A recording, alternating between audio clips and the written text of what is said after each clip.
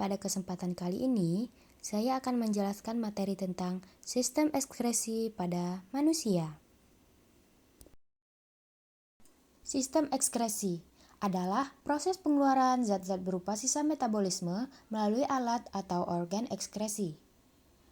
Sisa metabolisme kalau nggak dikeluarin sama badan kita, itu akan mengganggu dan meracuni sel-sel normal. Nah, jadi jangan disimpan-simpan.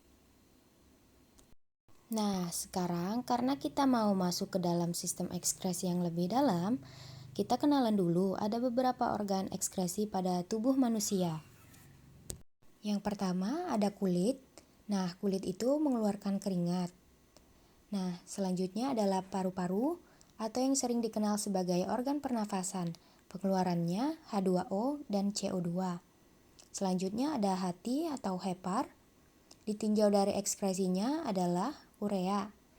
Sedangkan yang terakhir ada ginjal, menyaring darah kita dan membentuk urin. Setelah nanti kita akan belajar tentang kulit, paru-paru, dan hati, kita jadi tahu kenapa kita harus berkeringat.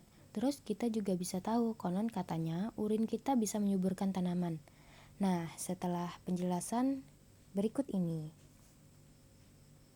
Kulit manusia sebagai alat proteksi yang melindungi seluruh tubuh kita juga termasuk sebagai organ ekskresi. Nah, dalam hal ini, kulit akan mengeluarkan keringat.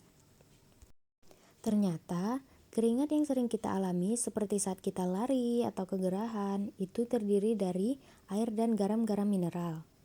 Kenapa kita harus berkeringat? Fungsinya adalah menjaga suhu tubuh. Nah, kalau kita lihat di mikroskop, ternyata kulit kita akan seperti di gambar ini.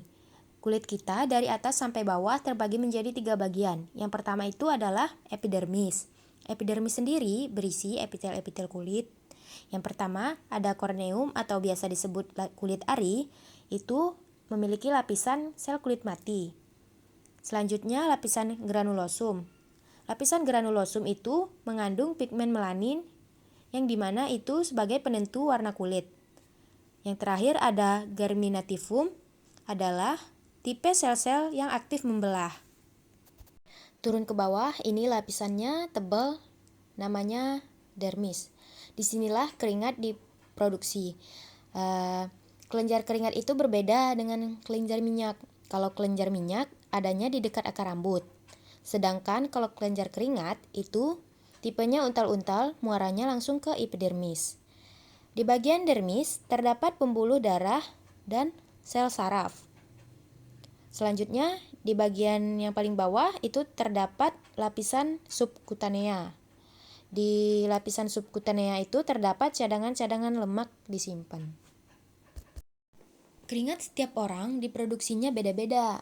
Faktor-faktor yang mempengaruhi produksi keringat, yang pertama ada jenis kelamin. Laki-laki sama perempuan beda. Kemudian usia.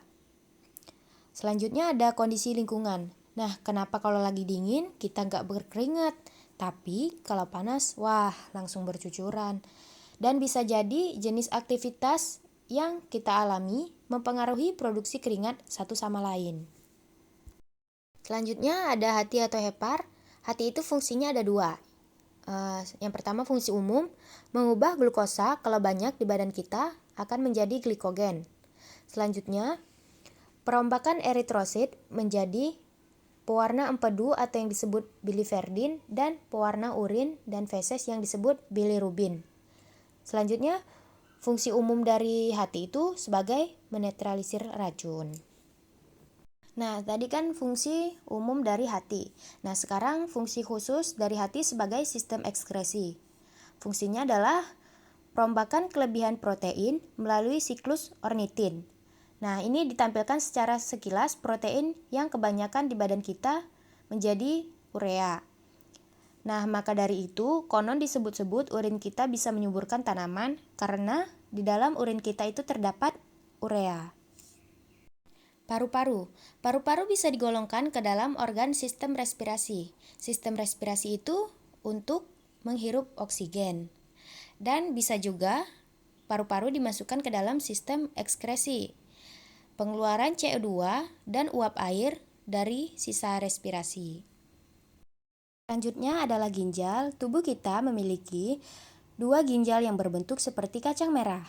Ginjal terletak di bagian kanan dan kiri tulang pinggang di dalam rongga perut.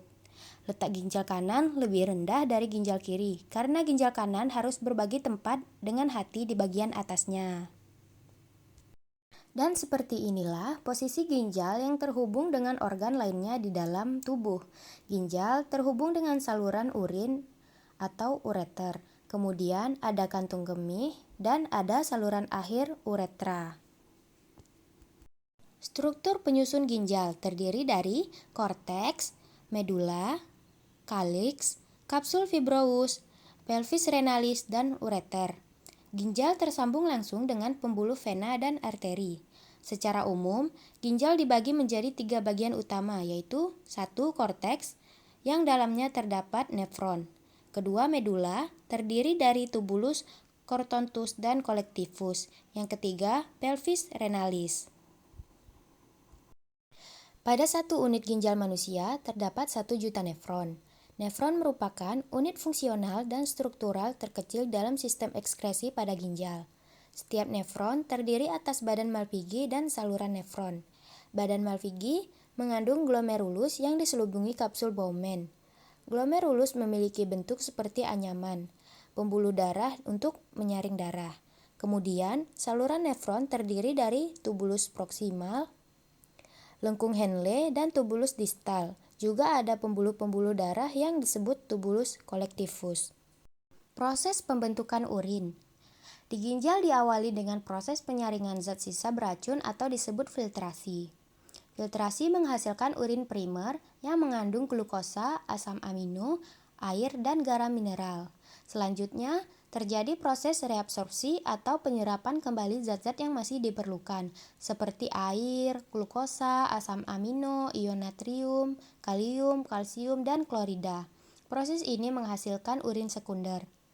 Kemudian, zat-zat akan mengalami augmentasi atau penambahan zat yang tidak diperlukan oleh tubuh ke dalam tubulus contortus distal. Proses ini menghasilkan urin sesungguhnya yang mengandung air, urea, asam urat, kreatinin, kreatin, garam mineral, dan zat warna empedu.